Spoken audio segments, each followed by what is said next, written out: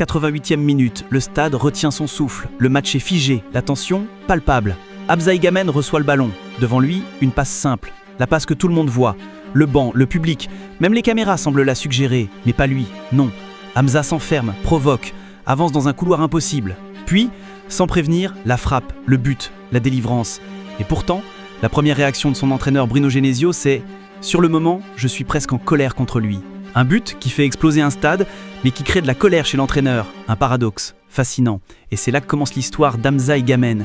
Une histoire faite de contradictions, de tensions, entre discipline et génie pur. Pour comprendre ce joueur, il faut regarder les chiffres, pas les émotions, les faits.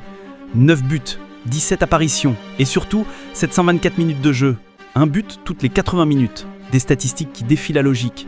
Comparaison, Victor Osimhen, légende de Lille, a mis presque 2 fois plus de temps pour atteindre ses 9 buts.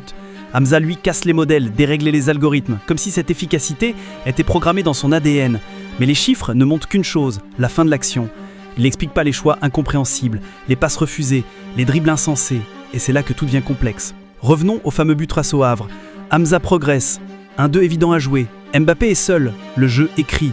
Mais ce n'est pas sans football. Il ignore la passe, continue, se remet sur son pied droit et frappe, but. Et après le match, Genesio lâche cette déclaration mythique. Je suis presque en colère, mais il faut qu'il garde cette spontanéité, c'est ce qui fait sa force.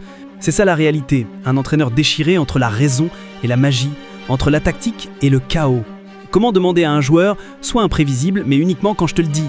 C'est impossible. Et pendant que le coach doute, le vestiaire, lui, ne doute de rien. Romain Perrotte sourit quand on parle d'Hamza Egamen. Pour lui, Hamza a ce grain de folie, une folie bienfaisante. Nathan Noailles, défenseur central, va plus loin. À l'entraînement, dit-il, c'est pas facile, mais il conclut, c'est bien. Parce qu'en match, personne ne peut le lire. Il souffre toute la semaine pour voir les adversaires souffrir le week-end. Et quand Noailles dit « on a besoin de lui », ce n'est pas une phrase, c'est un verdict. Dans un football devenu calculatrice, où tout est mesuré, suivi, analysé, Hamza Egamen est une anomalie, un joueur impossible à anticiper, impossible à décoder, un bug dans le système, une faille dans la matrice, le facteur X, celui qui transforme un match nul en victoire, une attaque stérile en éclair de génie, un système bien rodé en arme létale. Hamza ne remplace pas la tactique, elle la transcende. Et au fond, son histoire pose une question immense, une question qui touche au futur du football. Dans un sport où tout devient prévisible, programmable, scientifique, quelle place reste-t-il pour ceux qui par essence ne peuvent pas être programmés? Les artistes, les imprévisibles, les fous magnifiques. Sont-ils la clé ou un risque qu'on cherche à éliminer?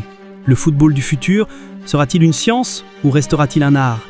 La trajectoire d'Hamza Egamen contient peut-être déjà le début d'une réponse.